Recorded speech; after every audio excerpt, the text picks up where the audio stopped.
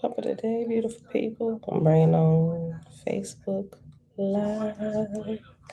Okay, here we go.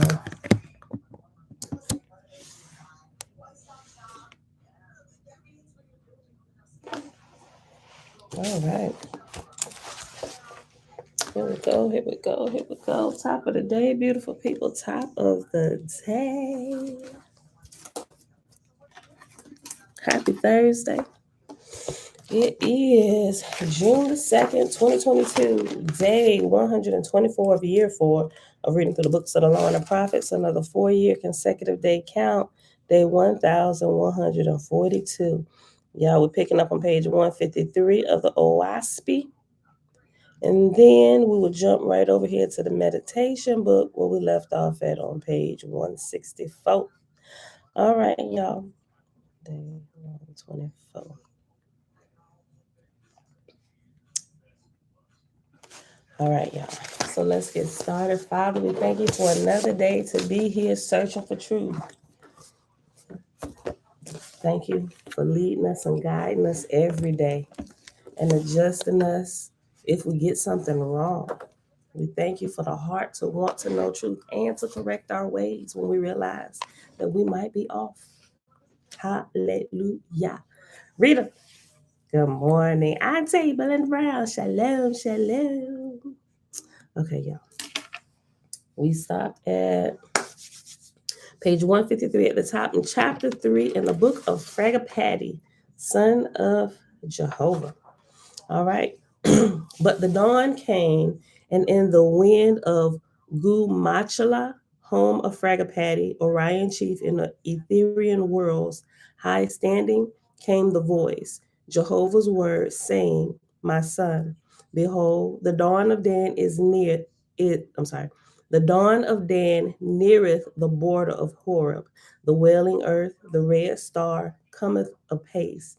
And God and Lords call out the name of my infant son, Zarathustra. Zarathustra, Laban, blessings. There was a picture. I think, is it back here? Zarathustra? Yeah, okay, so I'm going to show you all this picture. It didn't say go back, but I'm going to show you this picture. This is a picture of Zarathustra. That guy right there. He kind of looked like he from like the 60s, had a perm. I don't know. He can't really tell what color he might be. Can't really tell for real. Can't tell if he like fairer skin or maybe just really, really light skin. I don't know. Or it kind I don't know. He could be like Indian or something. I don't know. But the faces around him definitely look like fairer skin or like Caucasian people. I'll show you guys pictures here. Yeah. Okay. I guess we're going to learn a little bit about Zarathustra. Okay. I'll read the verse again.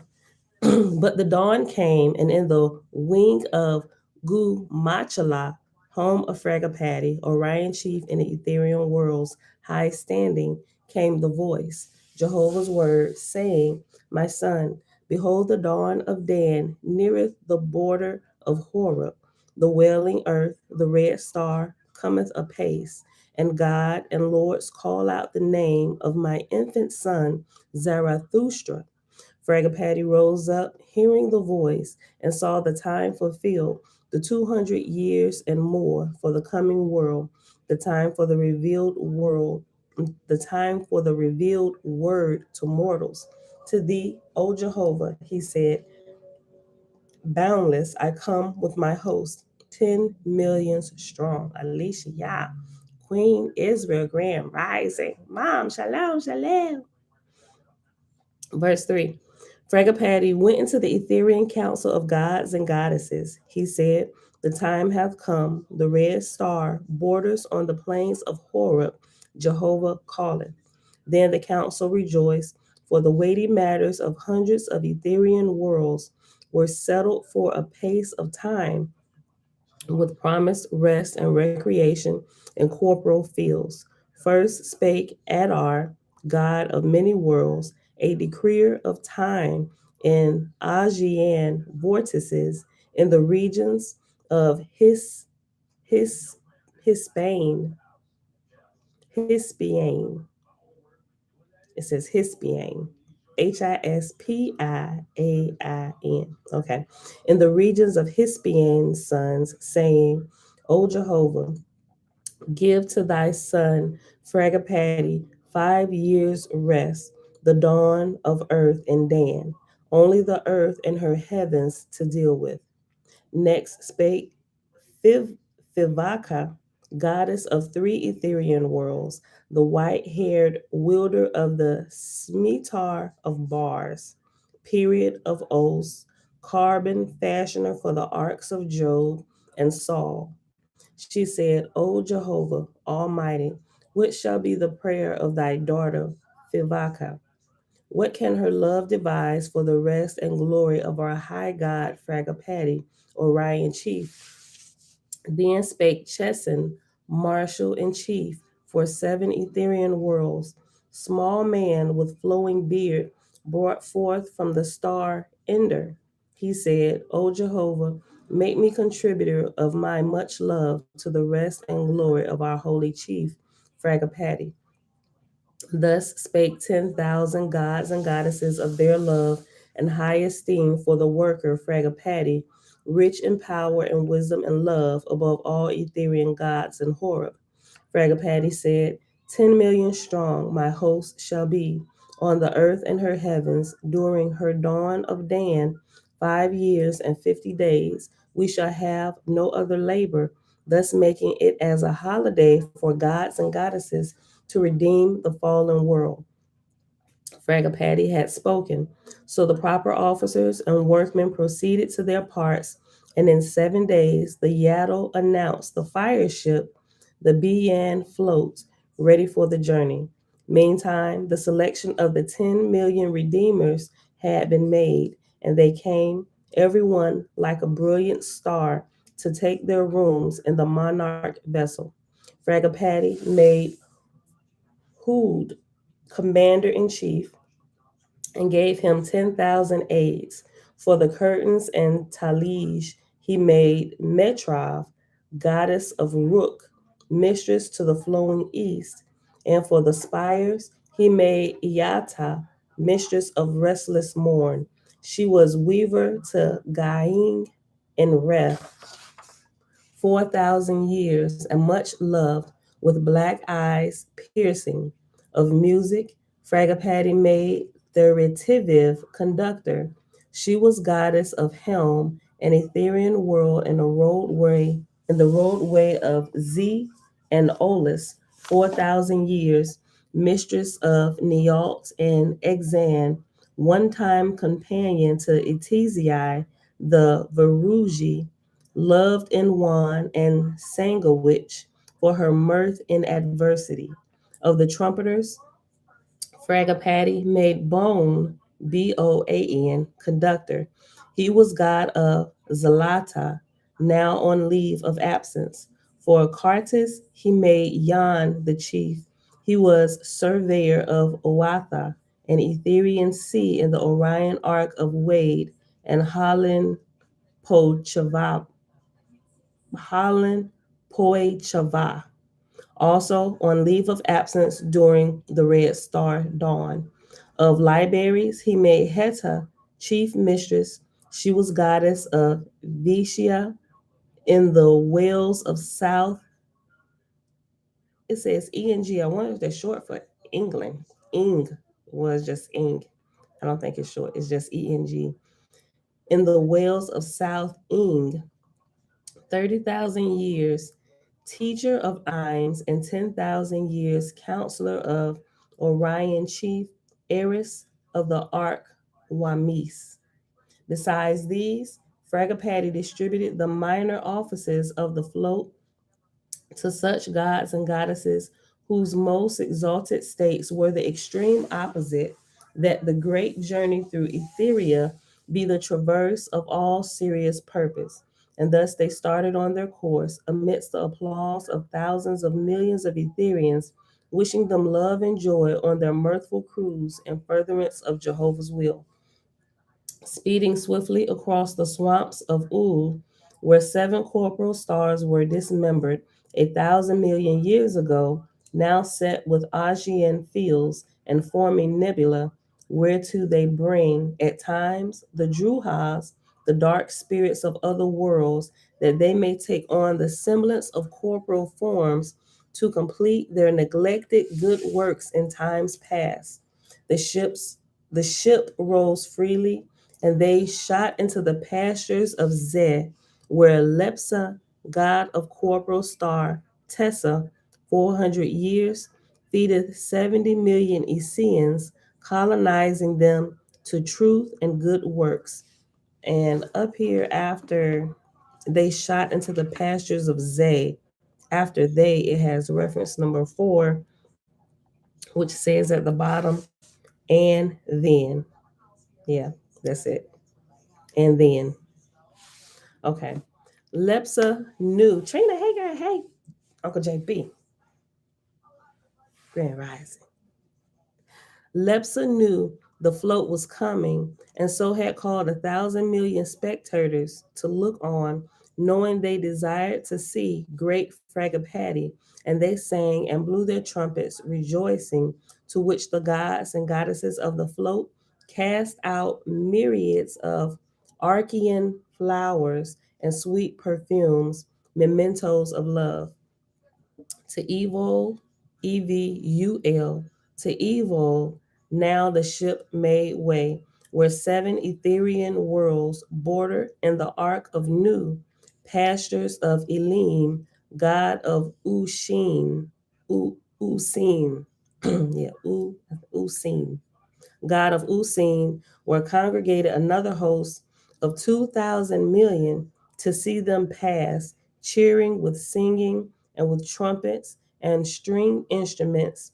And to this god, Elim, Fragapati calls the banners of the float to salute on the sign, Jehovah's name, being friends for 90,000 years. And Elim answered him with a million posts of light amidst the waving of innumerable banners.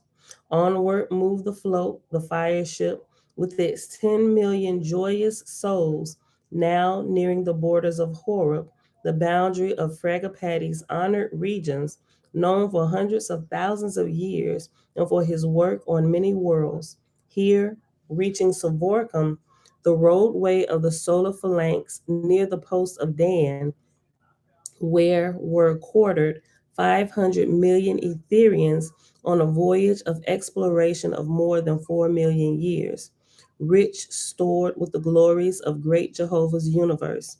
Their canoe, their ship, was almost like a world, so vast and stored with all apparatuses. They talked of going home. Their pilots had coursed the firmament since long before the earth was made and knew more than a million roadways in the Etherian worlds and were best to travel to witness the grandest contrasting scenes. By their invitation, Fragapati halted here a while, and the hosts interchanged their love and discoursed on their purposes, rejoicing in the glories of Jehovah's everlasting kingdoms. And though they had lived so long and seen so much, everyone had new and wondrous works to tell of. For so great is the inventive power of the Great Spirit that never twice alike will one find the scenes in the Etherian worlds, radiant, differently, moving into everlasting changes as if one were to outdo the former in beauty and magnificence. This is beautiful. And it's always like every time somebody is coming to the earth to help whip her in shape, get her in order, like to get on the same course of learning that everybody else is, it's almost like it's a parade for the next God who's coming to help us here, like banners of light and everybody's joyous and cheering. It's like a big parade or a procession, right? This is amazing. Shayla G, great rising. Yeah, I look, right, Lindsay? I keep saying Lindsay like it's your first name, right, Will? We all need to be on that shit. Look. Okay, verse 15. And then again they sped onward, now richly stored with the awe stirring wonders they had just heard. Hold on. And then again they sped onward, now richly stored with the awe stirring wonders they had just heard from strange travelers. Presently, now the float neared the borders of Chinvat, the Earth's vortex, just beyond the orbit of the moon. Here, Fragapati halted for a day, sending swift messengers down to the lower heavens and to the earth to resolve where he should anchor during dawn. And the next day, he ordered the lights lowered and now slowly moved toward the rolling earth, down, down, till he reached the third grade of plateau from the earth's surface called Harati. Harati. All right, that was the end of chapter 3. Chapter 4. Francis. Shalom. Jehovah said, Here, O my son Fragapati, here in Harati have I laid the foundation of thy kingdom. Make fast here the fire ship 5 years and 50 days. Call forth thy host, build thou a throne of my throne. The voice of thy creator is with thee. Fragapati said, Throne of thy throne, O Jehovah, here will I build. Haredi shall be my headquarters for the dawn of Dan. Come forth, O ye gods of dawn. Come forth, O ye goddesses of dawn. Hear the voice of the Son of Jehovah. Bow down, O ye heavens. The ship was anchored, and and the 10 millions came forth and assembled in a living altar. Fragapati raised his hand, saying, Throne of thy throne, O Jehovah. And the hosts raised their hands, and the elements took shape in majesty, rising into a throne brilliant as fire. Then Fragapati ascended and sat on the throne, saying, Glory be to thee, O Father, the highest. A light came down from the Ethereal firmament and covered the throne over with a canopy wide enough for 5 million men to sit under, and at the borders of the canopy, the Etherians, whose work it fell to, set up columns of crystals, opaque and transparent, illuminated in all possible colors and shades and tints. Fragapati said, From thy council chamber, O Jehovah, will I build to thee forever. And now the host, gods and goddesses, held up their arms, lifting and casting in, and lo and behold, there rose and stood the habitable Monroe, council chamber and capital of Harati. Then to prayers all hands turned, glorifying the Father, then in singing with praise. After which Fragapati said, In thy name and by thy power and wisdom, O Jehovah, will I now establish heaven anew over the earth. My marshals shall now proceed down to the earth and command the presence of God and his lords and all such others as can endure this light. They shall hear my voice and learn my decrees. 10,000 marshals, saluting, departing for the earth and regions below. Fragapati said, Meanwhile, I will appoint to my high council the first I will appoint my. Let's start over. Fragapati said, Meanwhile, I will appoint my high council of the first house of Monroe, gods and goddesses of dawn. Hear me, then, in the name of Jehovah, the All Light. Koka, god of Aram, Ata, Ata, Kasha, god of Beretis, Ariama, god of Cruz, Pathema, goddess of Ron, Madharya, what? Hold on. Made Ya, mistress of Karyam, Gatha Ahuna Veti, goddess of Halanj, Rama Kuktra, god of verse, Vahista, god of Volu, and after Volu, it has in brackets speech. Aram, Isha, God of Isis, the Mayazdas, Ha, I gotta sound it out, y'all. Don't laugh at me. Hop Tan Hati, God of Samatras, Yima, God of Ayom, Sudga,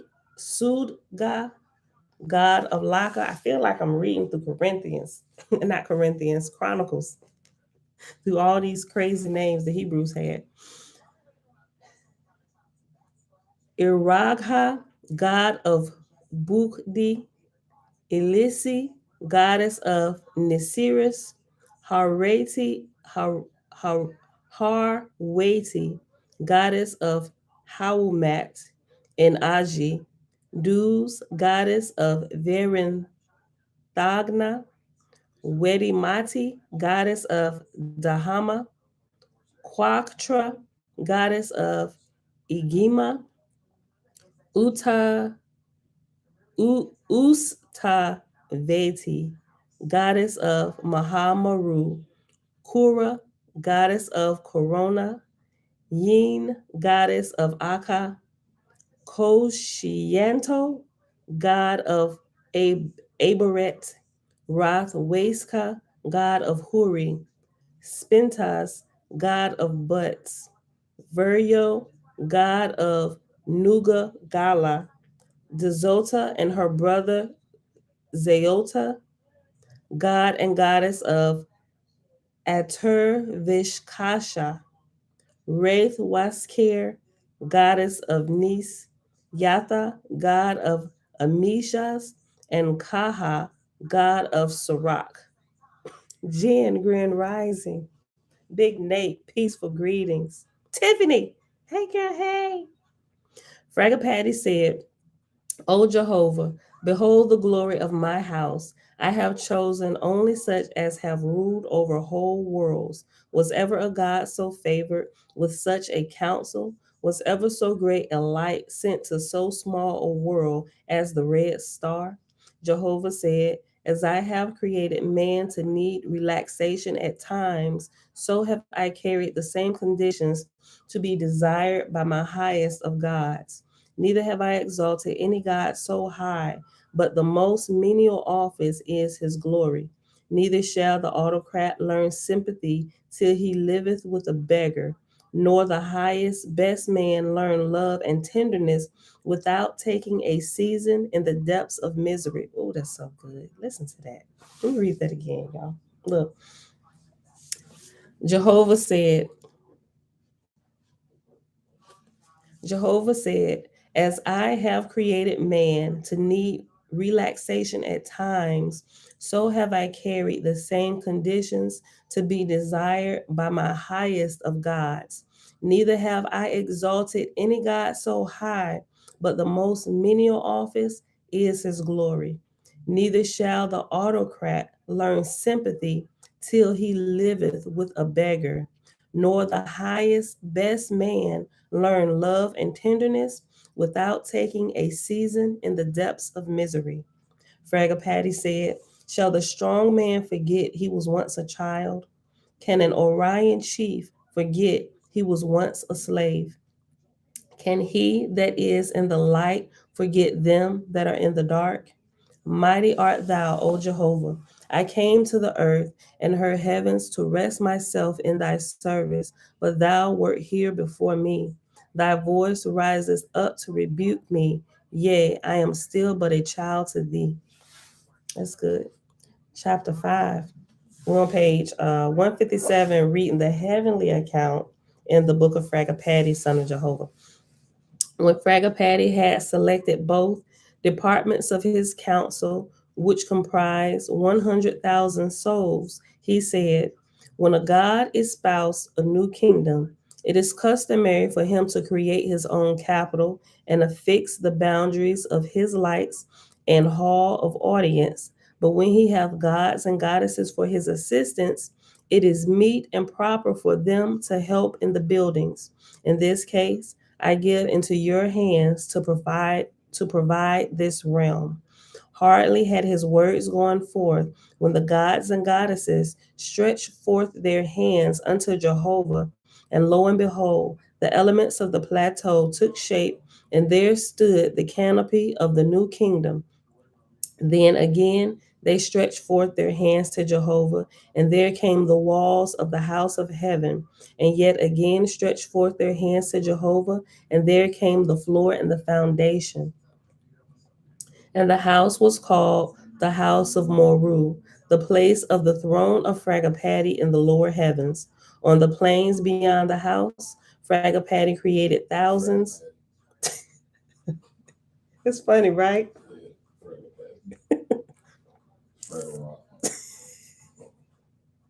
And the house was called the house of Monroe, the place of the throne of Fragapati in the lower heavens. On the plains beyond the house, Fragapati created 1,000 fields and pastures, and in each and every one he created 10,000 mansions, and every mansion was capable of 1,000 souls.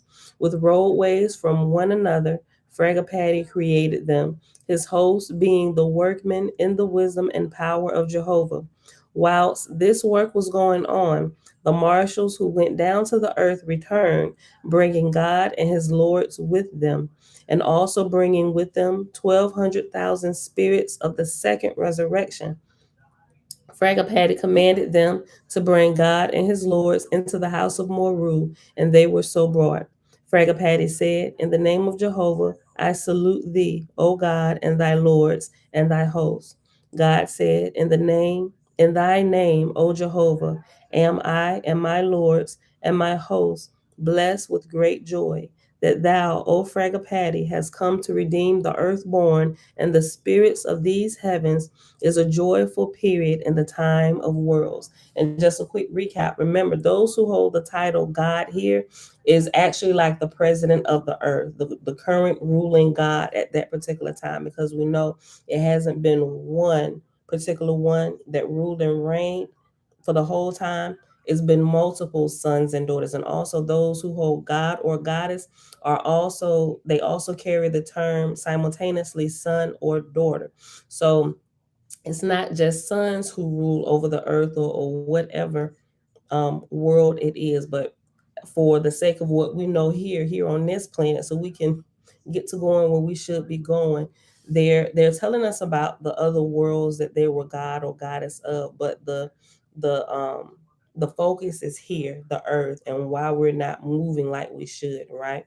And so all the transitions of the different gods and the different periods and how we got to where we're at and where we should be, right? So when you hear God, is not talking about the great spirit or the great creator who we refer to as Yah, right? Some people say the great spirit, some people say the universe or whatever.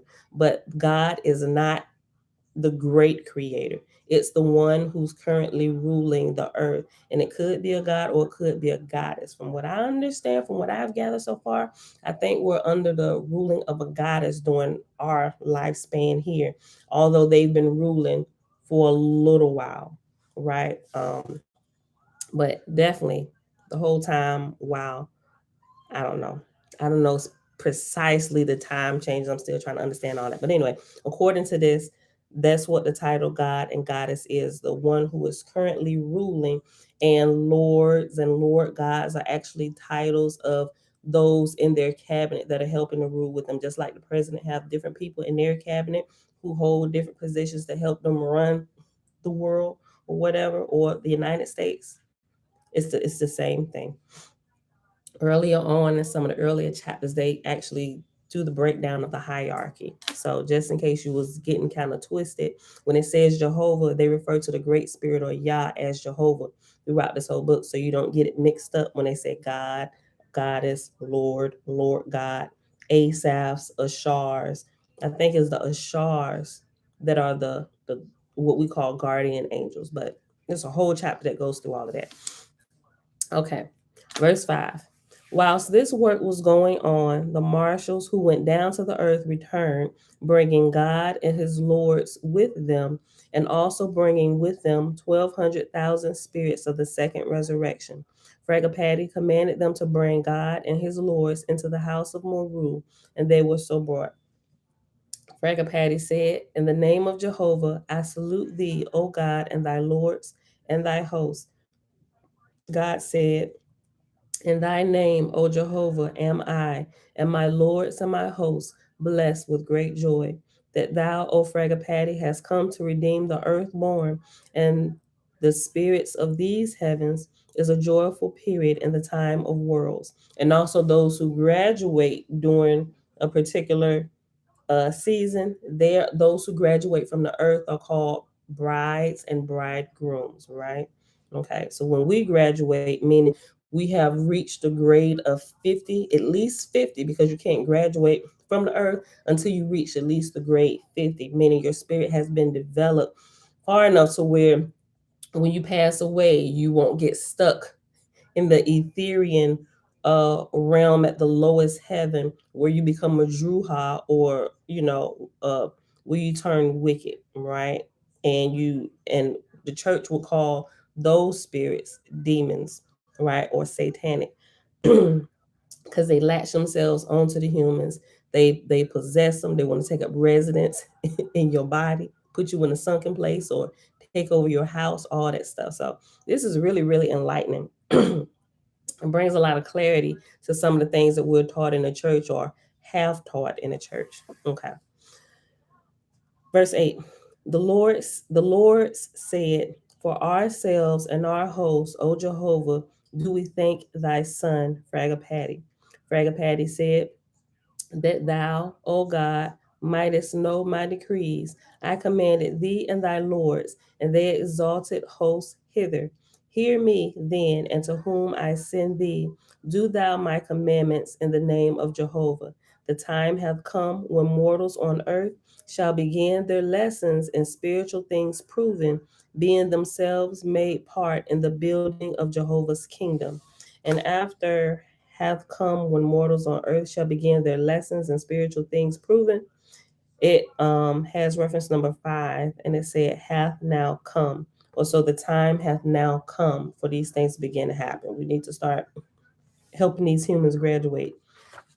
Okay. Yeah. Ooh, we have 32 minutes. We'll finish this chapter. Okay, we'll finish chapter 5. "Through thee, the present reigning of God of the earth and her heavens must be carried out the death and resurrection of thy chosen heir, Zarathustra, to prove first that man on the corporal earth can live all pure and without sin. Second, that corporal death belongeth to the earth body of man and not to the spirit. And third, that after death, the same person can rise in spirit and appear to mortals to be seen and known, after which he shall show his final ascent toward the upper heavens in the arms of his God." Let me read the whole verse again. "Through thee, the present reigning of God of the earth and her heavens must be carried out the death and resurrection of thy chosen heir, Zarathustra, to prove, first, that man on the corporal earth can live all pure and without sin. Second, that corporal death belongeth to the earth body of man and not to the spirit. And third, that after death, the same person can rise in spirit and appear to mortals to be seen and known, after which he shall show his final ascent toward the upper heavens in the arms of his God." Robin, shalom, shalom. What that sound like, y'all? That sounds just like JC, don't it? I'm just saying, we'll keep reading. "Whilst this cometh upon thee in person to carry out, thou shalt also, through thy ministering angels, prove to mortals the advantage of virtue and truth over sin and darkness. For thou shalt cause also to be stricken in death 2 evil men who are all impure, and they shall suffer death at the same time." What? This definitely sound like JC. Hold on. Pause. Listen. Let's say this, let me read this again. Verse 11. "Whilst this cometh upon thee in person to carry out, thou shalt also, through thy ministering angels, prove to mortals the advantage of virtue and truth over sin and darkness. For thou shalt cause also to be stricken in death 2 evil men who are all impure, and they shall suffer death at the same time with thy heir Zarathustra. But these shall not have power of themselves to appear before mortals after death. For mortals shall hereafter be a testimony to one another of the reward of virtue and the power of being one with the gods, sons of Jehovah. And after, but these things shall not have power of themselves to appear. It has reference number 6 after not. And it says at the bottom, these shall not have power of themselves to appear. It's the same thing, but have has a bracket before it, and after two, have power of themselves too. There's the ending bracket. Okay. Verse 12.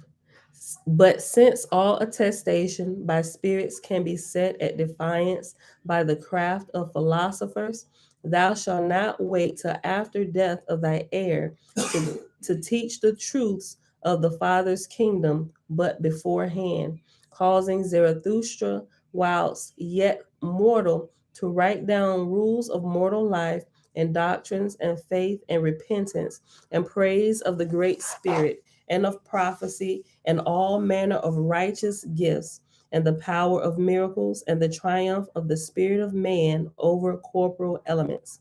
And when thou hast completed these things, thou shalt bring the spirit of Zarathustra to this house, but the Drooks who suffer death with him thou shalt deliver in the usual way to the places prepared for their resurrection.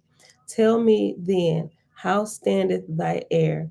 And ask thou of me whatsoever thou wilt to assist thee to carry out these my decrees, and it shall be granted unto thee.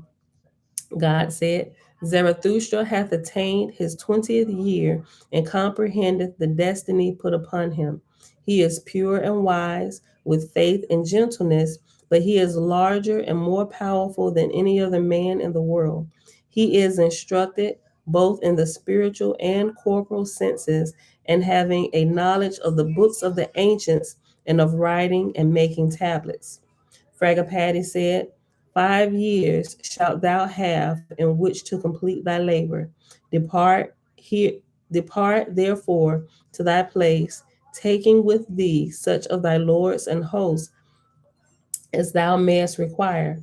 I will appoint 1,000 messengers to travel betwixt thy place and this, that every day thou shalt ask for this or that, it shall be granted unto thee. To which God replied, I will go now and cause Zarathustra to write a book of wisdom and give him prophecy over the kings and nations and tribes of men. What I do shall be proven to thee in Monroe. Thus saying, God withdrew a little and selected his lords and such other assistants as he desired. And after this, Fragapati granted a day of recreation, in which time the Etherians were made well acquainted with the conditions of mortals and of the thousands of millions of spirits still lingering in the first resurrection and in darkness and chaos. On the next day, on the next day, God and his host departed for the earth, well attended by thousands of volunteers from the Etherian sojourners of Harati. And that is the end of chapter 5. Where we at? 39 minutes? Yeah, okay. Robin said Zarathustra talked about this over 5,000 years ago in the Gathas. Good thoughts, good words, good deeds. Path called Zoroastrian. Asha is truth and righteousness, faith on the one God. That's good. Okay, so yeah, so I is it that's how you say it? Zoroastrian? Zoroastrian. I got something on that. I really didn't get deep into it, so I'm not really sure what's in it. And I think I got like a couple books, and it talks about that, and a few others make reference to those books. But like I said, I haven't really gotten into it. But thank you for that, Robin.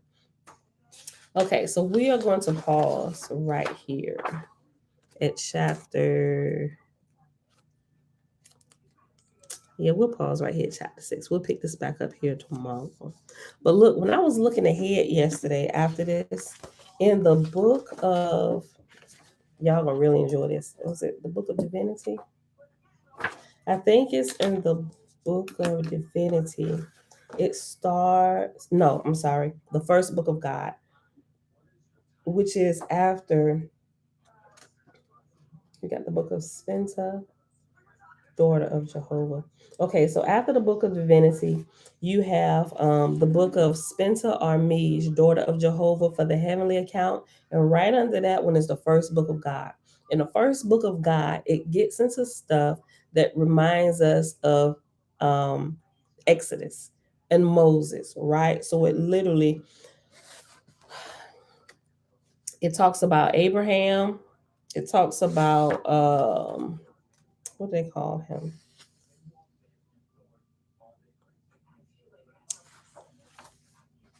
Did they call him? I don't remember that they call him Moses, but I was like, that is definitely Moses because it talks about the basket of reeds and the baby floating down the river, all that stuff. I was like, oh, this is gonna be really good. Right. So I'm really looking forward to getting to the first book of God. But I just wanted to let y'all know that yeah, when you get to chapter, what is this? 5, 6, 7, 8. Chapter 8 in the first book of God, it talks about Abram, a man chosen by God for the children of Arabia, which is Arabia, right? So that's kind of interesting. Gives us another take what we haven't, well, most of us haven't currently heard about, and it talks about Sodom and Gomorrah in here. Um, it's really interesting. Lot is they mentioned Lot. Lot the elder escaped and went and lived in a cave. This was pretty good. So before we actually read this aloud, I'm sure I'm gonna be back here reading through this because you know Exodus is my book. I love the book of Exodus. So I just wanted to let y'all know. And it begins on page 263 of the Oahspe. So just in case you were trying to see what all that fit in that, you know, that'll kind of shed some light on some things. So just in case. All right, y'all. So let's hop on over here. The gods, so Francis said the gods or goddesses ruled by arc cycles, 2400 or 3200 arc cycles. That's right. I remember reading that. You know me, I'm still trying to get my math together, y'all. Yeah, so uh gotta go back. I forget exactly which chapter, but it is definitely towards the beginning where it goes into the arc cycles a little bit and it give you references and charts towards the back of the book. I couldn't even tell you which video, but we actually kind of read over that a little bit. Because sometimes if it's something that I want to remind myself of, I'll try to put it in a title with some kind of catchiness so I remember it's that particular video. But it's definitely one of the Oahspe videos from the time we started. Try like in the first week or something when we were reading it. And it'll throughout the reading you will see the chapter that it is, but I can't tell you right off the top of my head, but we definitely read through that. But thank you for that, Francis. Okay, so tech meditation technique number 3 is where we paused at yesterday on page 165. All right, we have 44 minutes. Okay. Meditation technique number 3. The basic serpent power meditation based on ancient Egyptian wisdom teachings, right? So they call it serpent power or kundalini energy. In the church, they I don't know, they kind of really, I wouldn't say that it's the same as the Holy Spirit because their definition of the Holy Spirit is like the third person of the Trinity. But it's really what I understood like the Holy Spirit is is still Yah because he is holy, right? Um, but it's simply the energy that flows through your body. That's how they, or the life force that flows through. Okay. The subject of life force energy and the sublimation of sexual energy into spiritual energy existed many thousands of years in Egypt prior to its development in modern India under the name Kundalini Yoga. It later appears in many parts of the world, but it did not find extensive documentation until the sages of India composed the voluminous scriptures in relation to Kundalini Yoga. Since the topic of serpent power yoga is so vast, a full treatment of it would be beyond the scope of this work. He actually has a book that's dedicated to specifically that, right? I have that. Just look it up. Type in Dr. Moata Ashby Kundalini Yoga, and that book is called, if I remember correctly, it's called Serpent Power. I got it. But look it up. I haven't gone through it. I just kind of flipped through it a little bit, but I haven't really focused on it yet. But it's everything about the energy that flows, all the different terms that relates to it, the different cultures, what they call it, all that stuff. All that is in there. Okay. Since the topic of the serpent power of yoga is so vast, a full treatment of it would be beyond the scope of this work. And now I'll post the book. I'll give you the link to Amazon. Let me see. Put serpent power.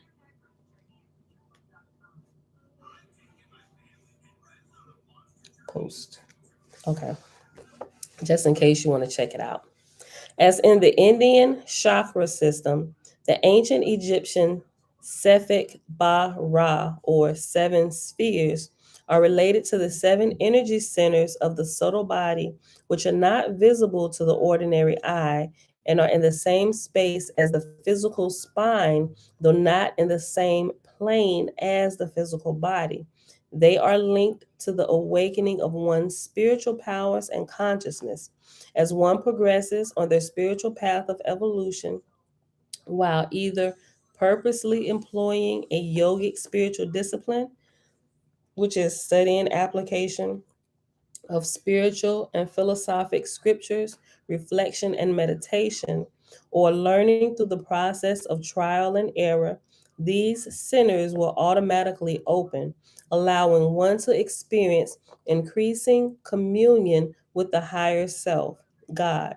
The process of raising one's spiritual power may be aided by specific exercises such as concentration, proper breathing, meditation on the meaning of the spiritual symbols, and surrendering to the will of the higher self, God. These techniques allow one to transform one's waking personality so that one may discover their innermost self, God. This should be done under the guidance of a qualified teacher or spiritual master, it has in parentheses. Oh, you're welcome, Robin. The energy centers of the subtle body are likened to a tree which the aspirant climbs through personality integration, which leads to intuitional realization of the transcendental self. The process of creation, the creative energy manifests in the form of six planes of consciousness. This is the realm of phenomenal reality, including physical, astral, and mental existence. Most people exist on the level of the first three energy consciousness levels. The goal of this yoga is to unite the six phenomenal consciousness centers with the seventh, or the transcendental realm of consciousness, the absolute. The absolute is what various religions refer to by different names, such as the kingdom of heaven, Asar, Krishna, Brahman, the tail, etc. The serpent power energy flows throughout thousands of energy channels. If any of the energy channels or blocked or oversensitized, a disbalance can arise, causing illness in the mind and physical body. There are three most important channels through which the serpentine life force flows. These are Asar, also Amun Ra, Aset, and Nebahet. And after Aset and Nebahet, it has reference number 22, and at the bottom it says, see the books, The Serpent Power. That's the name of the book, The Serpent Power and the Book of the Dead. So remember, the Book of the Dead, he has one, the Book of the Dead, but it's talking about the Impert Haru, which is the coming forth by day, or it's called the Book of Enlightenment or the Book of Life. They just gave it a scary name and called it the Book of the Dead, which is not, that's kind of like a gatekeeper, which kept me from actually researching into it and getting it for a very long time, because it said the Book of the Dead. I didn't want to cause, I didn't want to be talking to dead spirits or conjuring up anything dead. So that's what I thought when I read the title. I was like, ooh, we better stay away from that, right? Red flags go up, taught about in Christianity, red flags, stay away. You don't communicate with dead, right? But the more I kept getting this inkling, just open it up and glance at it first. And so you can see what it is. And so when I did, I'm like, oh, wait, no, this is talking about actually waking your sleeping spirit up. And it refers to the flesh as a mummy, right? A tomb that our real self is encased in. And you have to wake this up, get this under control. And that I was hooked. I was like, yo, I've been saying this. This is what this is. And I realized that they call the name the Book of the Dead. They actually call it a misnomer, because that's not its original name. That's what we'll say colonizers named it to keep you out of truth that you really should have, which really had been passed down as a normal thing since birth. The Pert M. Haru, or the Book of Life, the book of coming forth by day, right? It ain't got nothing to do with the night. It's trying to bring you out of the dark of night. Okay, let's go back. These are represented by the Egyptian caduceus of Jehudi, which is composed of a staff which has two serpents wrapped around it. Oh, sweet. So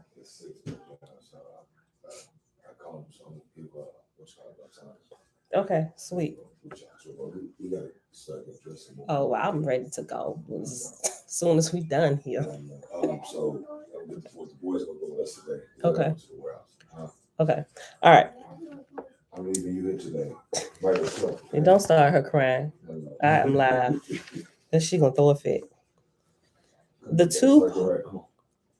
two opposing forces in the life force energy of a human being are balanced by the various practices of yoga in an integral fashion, increasing wisdom, reflection, practice of virtues, purification of the diet, exercise, and specific serpent power breathing exercises eventually cause the opposites to balance, and then they rise through the central subtle channel up the spine into the head, where they eventually become established, providing a continuous shower of bliss to the practitioner. Let me read that again.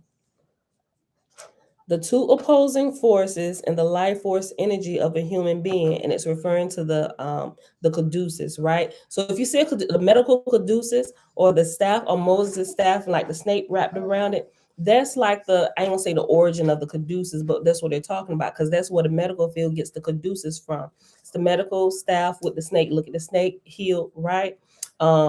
But what that represents is our spine. The staff, Moses' staff, is literally our spine, right? And the snakes that wrap around it, the two, and they go like the figure eight wrapping around it.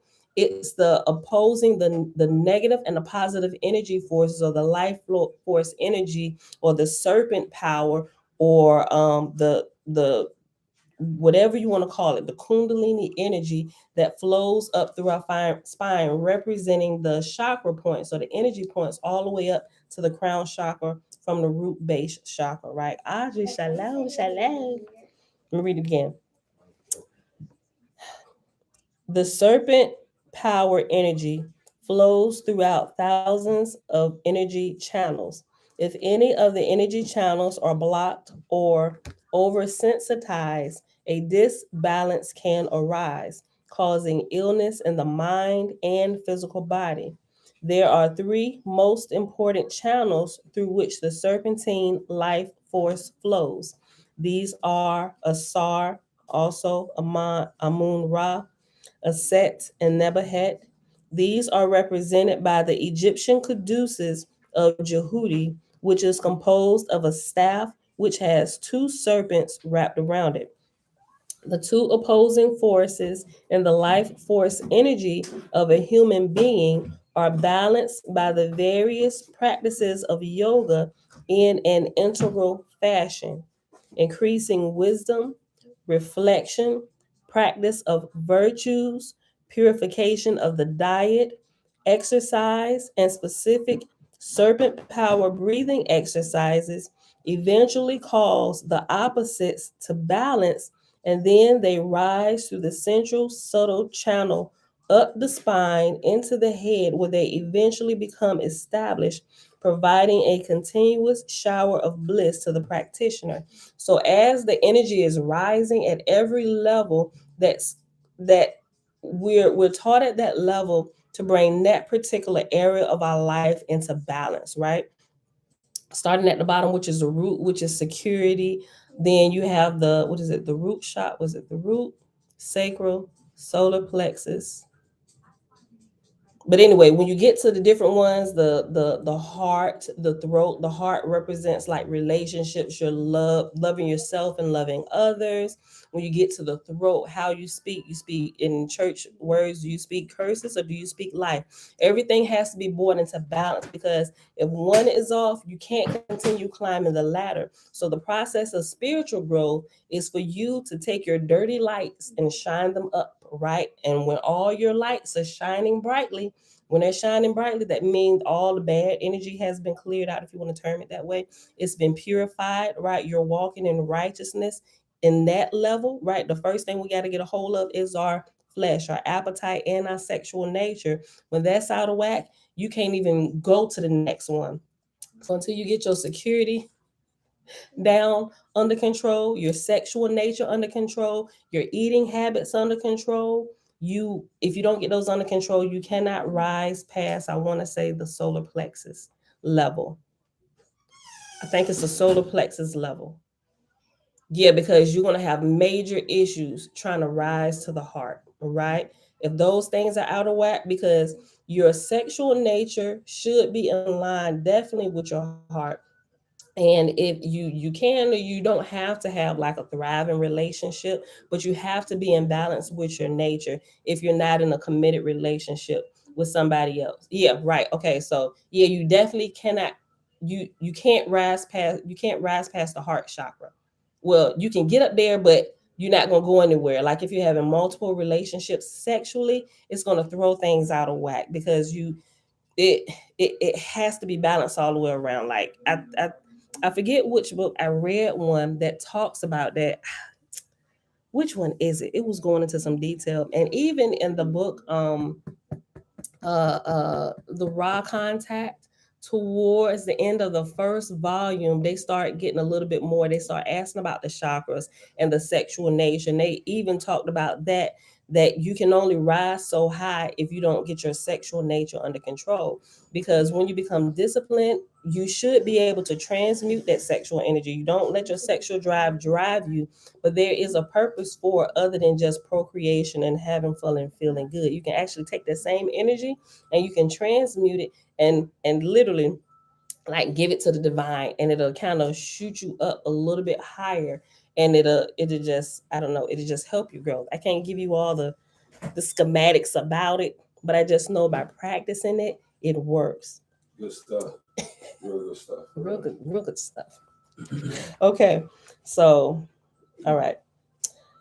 The two opposing forces in the life force energy of a human being are balanced by the various practices of yoga in an integral fashion, increasing wisdom, reflection, practice of virtues, purification of the diet, exercise, and specific serpent power breathing exercises eventually cause the opposites to balance, and then they rise through the central subtle channel up the spine and into the head where they eventually become established, providing a continuous shower of bliss to the practitioner.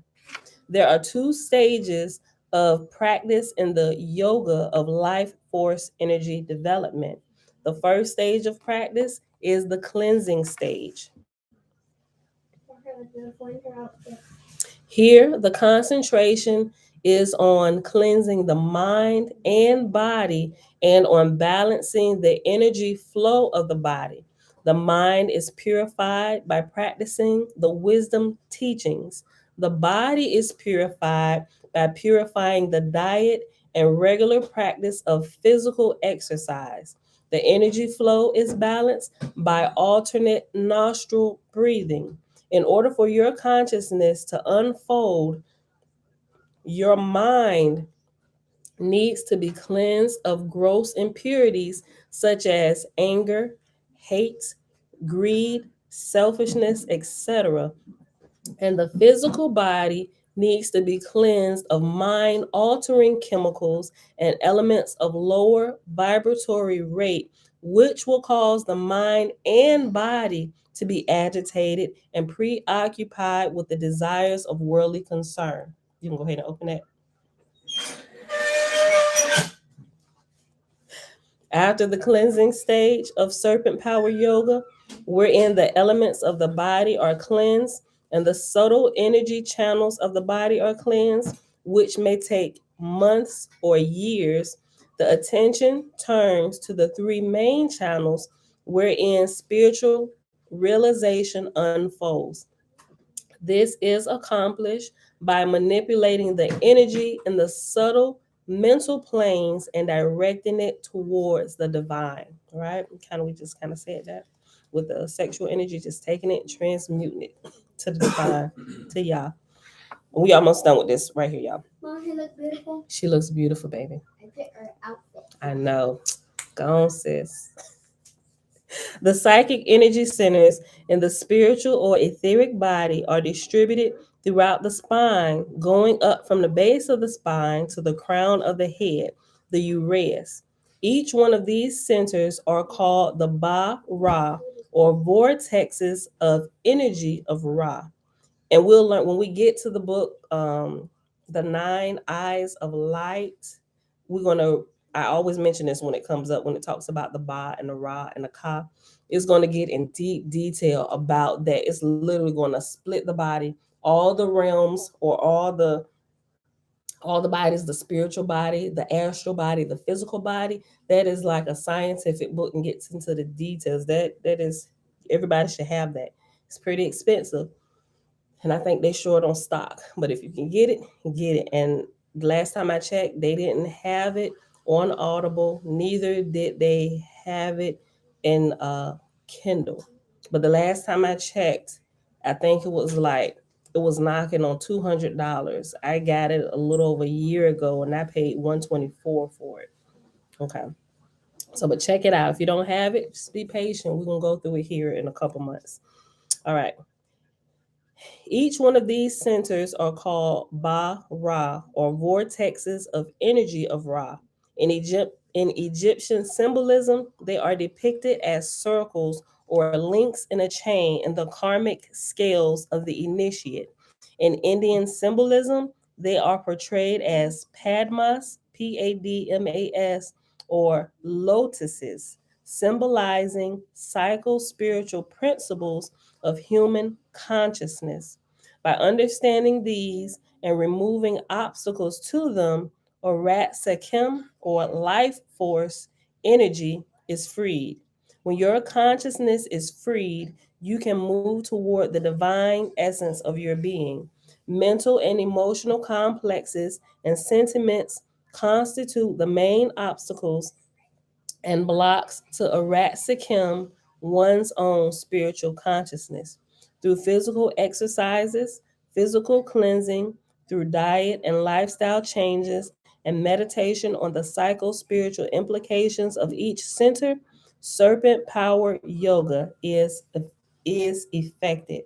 And it has reference number 23, and at the bottom for 23 it says note. For more on serpent power yoga, see the book Serpent Power by Dr. Muwada Ashby. Oh yeah, 104. Okay. So okay, let's finish this. Let's finish technique number 4. It's not that much. It's a smaller paragraph and then it has diagrams. And we're gonna pause when we get to number 5. We'll read number 5 tomorrow. Okay. The serpent power. The latent, and I'm going to take a picture of these diagrams and I'll post these today too so y'all can see it. I'll just post the whole thing for meditation technique number 3.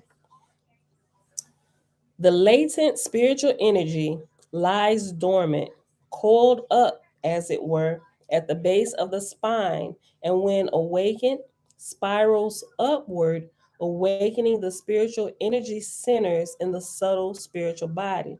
This is the same depiction used in ancient Egyptian iconography. Hold on. A is over here. Okay. This is the same depiction used in ancient Egyptian iconography, and it has A, which is the medical caduceus right here, right? This is A. That's what we're referring to as A.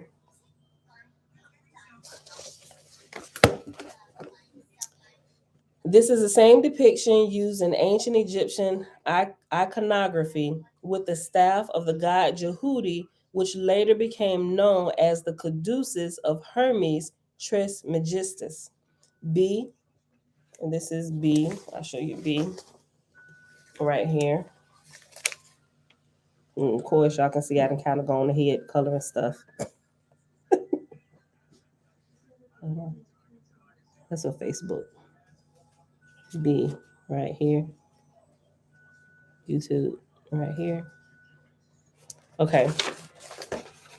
B is an artistic rendition of ancient Egyptian psycho-spiritual energy centers. Okay, so I'll show it to you again. See the energy centers going up the spine, right? See the caduceus? It goes through the energy centers. So now, especially if you weren't taught about this from like the very beginning, when you start seeing pictures like this, it's like they don't start you with like the base stuff and how it builds up to being this, and then they just kind of like cut all this away, and now it would just look like new age chakra stuff when we just see these pictures out the blue. It's like, what is all this? Why or sometimes it's just the lights, going up, and they don't understand how it's developed and why they use it this way. And that further removes us from the truth, but not giving us the whole story or not learning the background. That's why I think Dr. Monroe Ashby's books are so good, because he always starts at the very beginning of the topic, where it originated to where it is today, right? This is so good. So now when you look at hieroglyphs or you see somebody using something, you will immediately spot if they're teaching you ignorantly. It's like, you don't really understand what you're teaching, do you? Right? You just took them pictures and diagrams and you're trying to teach something you heard without actually going to the beginning of the thing, right? All right. Oh, now I know we haven't gotten to it yet, but this picture right here, and it's showing a light with the Egyptian pharaohs and stuff. When you see the hieroglyphs and you see they have when they wear these crowns with the snake heads on it, that's a representation that they have went through the entire process, and they are literally, all of their lights, their chakra lights through their body are shining bright, and they always holding an ankh in their hand, or they're holding it, or they're giving it to somebody else. Whenever they have these on, it doesn't mean that they're serpent kings. No, it means they are fully illumined.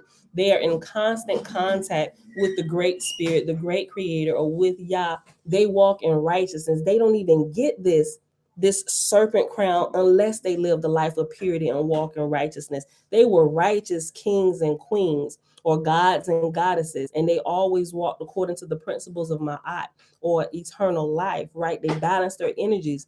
The Ankh it represents eternal life, or a balance between both polarities, male and female. The circle on top being the woman and her vagina, which gives life. The bottom portion representing the male's penis, which also gives the seed to the woman to give life. It's a constant circle of life, eternal life. It was in balance, ma'at, right?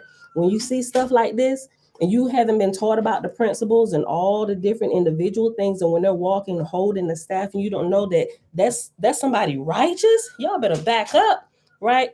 We get everything all chopped and screwed, and we don't understand a thing, right? So I like these books, and it takes us through. So when we see it, we really have a true understanding of what's being done, right? So that when you understand this, you can almost immediately spot like real teachers who are teaching Egyptology and whatever they want to call themselves teaching.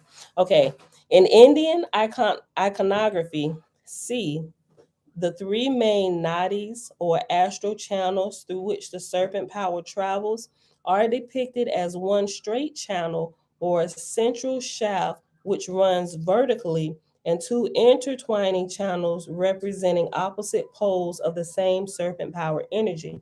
And that's this one right here, right?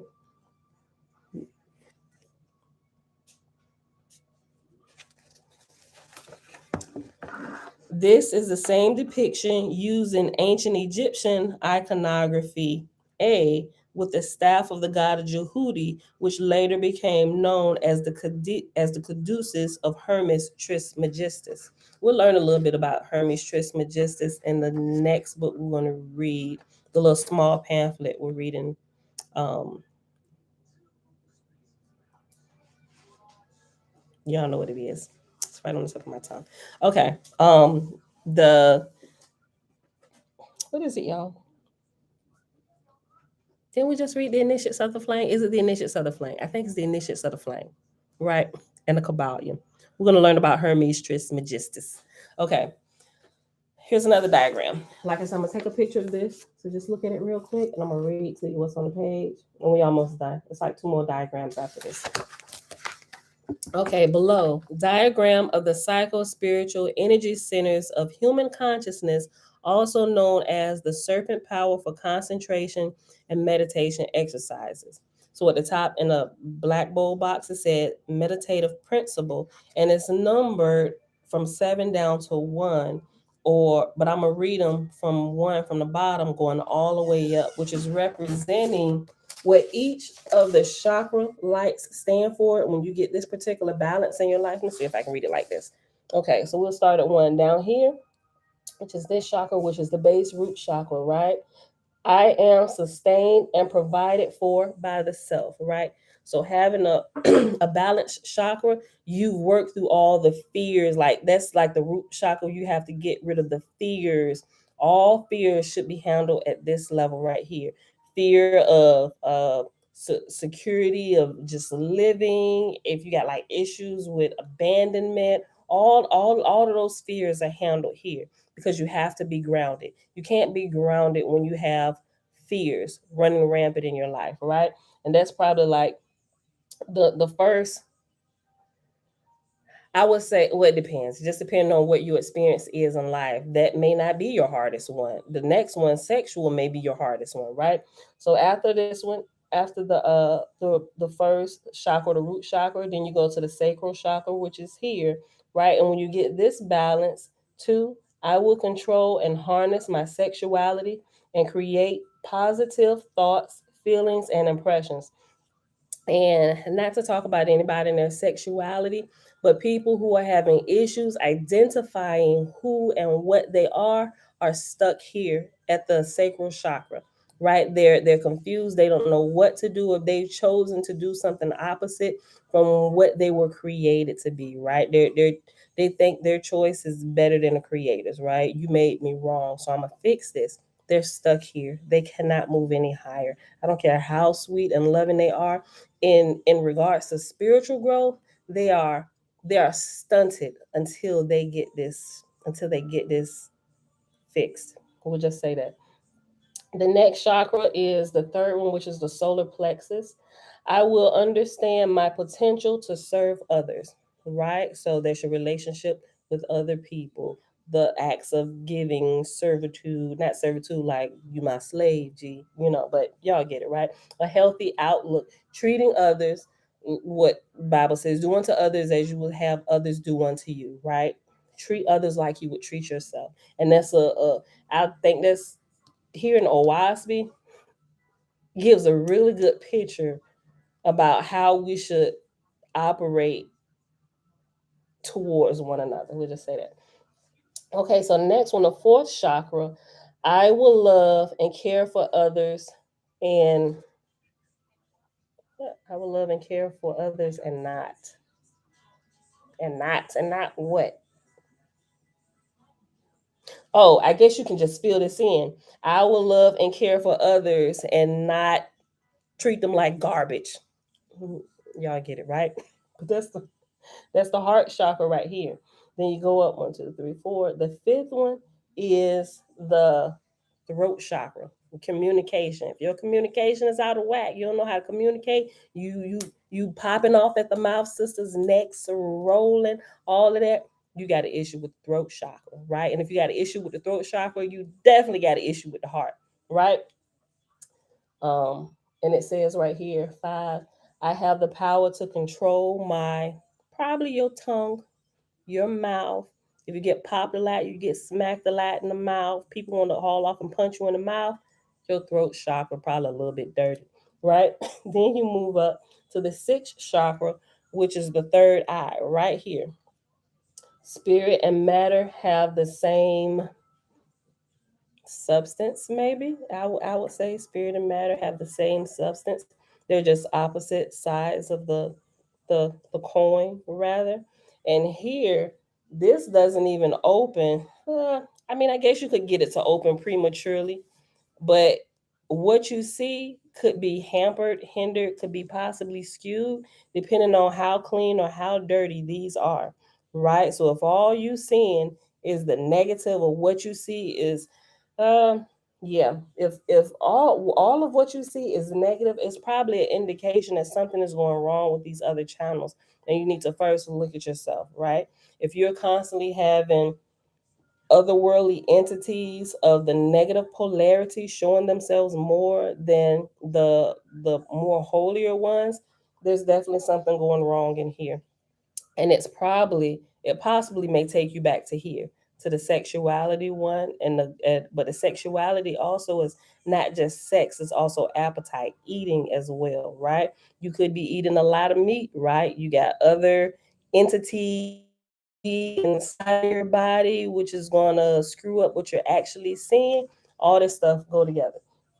And so once all this is cleansed, you got the crown chakra, right? I am the self, and this is where you connect with the Great Spirit. So that's that. Okay. All right. So the next diagram over here is the same thing, but I'll show this one to you. We got one more after this. I'm gonna read it. All right, so at the top it has the big number 1, and under it with the arrows, it says the light of consciousness pointing to the entire body with the chakra lights going up. And so, oh yeah, and so it's the same thing. And so starting down at the bottom, for the first chakra, the root is fear and survival. Then the second chakra is sexuality and creativity. Then the third chakra, power and control over others. Then it's the fourth chakra, which is the heart chakra, which is universal love. 1, 2, 3, 4. Yeah, then the fifth is the throat chakra, which is self control. And then the third eye chakra is transcendental awareness. And then the crown chakra is union with the cosmic self, or with Yah, right? And so the diagram under that is a triangle, and it's listing the colors of each chakra of each of these going up with um the first one being red, then orange, yellow, green, blue, indigo, violet. If you were taught and these are actually the colors of the rainbow as well. Go figure why they would use certain symbols, signs, and colors for certain groups of people who choose to identify a certain type of way. They screw up your thinking, right? Which clouds this. And so now people scared to wear rainbows and pretty colors and stuff, or feel that they might be misidentified as, somebody who got their chakra lights all out of whack, right? I even it's like, because I love colors, bright colors, and but I won't put a rainbow together. But I'll do the different colors and stuff. It's just, I don't know, something I'm still working with. I really, really shouldn't care what others think. I really shouldn't, right? Okay, but to remember the colors of the rainbow is a name, Roy G. Biv. I was taught that in elementary school to help me to remember the colors of the rainbow in order. Roy G. Biv. R being red, O being orange, Y yellow, G green, B, blue, I, indigo, V, violet. Roy G. Biv. Like Roy is his first name, G is the middle initial, and Biv, B-I-V, is the last name, Roy G. Biv. Okay, and that is the end of the diagrams. And the last thing for here, for meditation technique number 3, it says instruction. Practice concentrating on one meditative principle each month. As you reflect on each meditative principle, chant the words of power of your choice and direct your heart and mind one toward one pointedness on that principle. Then remain in silence and allow the divine feeling to rise within you, lifting you above all weakness and difficulty, ignorance, obstruction in each particular center. Allow yourself to be cleansed, and the serpent power will rise within you normally. And it has a little picture, which is a rat, the serpent power goddess of ancient Egypt. And so when you see that, that is the symbol for a rat. All right. And that is it for today, beautiful people. So let me put my marker here. I stuck that in the wrong place. All right. So I hope y'all enjoyed today. Where we at? An hour and 21 minutes. 170. Okay. All right. So I'll take a picture of this or a screenshot and I'll put this up just in case you want to study a little bit more, or, if you don't have the book yet or if you can't afford to get it, but I'll share it with you. So thank y'all for hanging out today, beautiful people. It is Thursday, June the 2nd, 2022, day 124 of year 4 of reading through the books of the Law and the Prophets and of the 4-year consecutive day count without the Sabbaths because we rest. Day 1142. We read pages 153 through 160 in Oahspe, and in the meditation book, pages 164 through 170. And I remember to post the link along with the screenshot of the picture, the Serpent Power book, if you're interested in looking at it or getting it or what have you. So I'll do that here shortly before we leave out of here. But with that being said, thank y'all beautiful people for hanging out. May y'all continue to bless you in all that you do, and may all that you touch prosper for not only you, but you and your family and those in your sphere of influence. I love y'all. See y'all tomorrow, bright and early, 7:15 a.m. Eastern Standard Time. Peace. Go ahead and end it, please.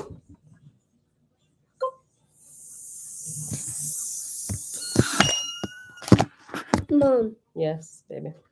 what's Nope, yep. What is that? Mom, what's this circle Ooh, thingy? wait. What is what, please? What is this? Okay. At the bottom. All right. Mom, Okay. Yes. what's that triangle thingy? What triangle thing you This. pull? Oh, that says edit. Pull. Go ahead. Edit. Hey, girl. Peace. Bye, y'all. Girl, hit the button.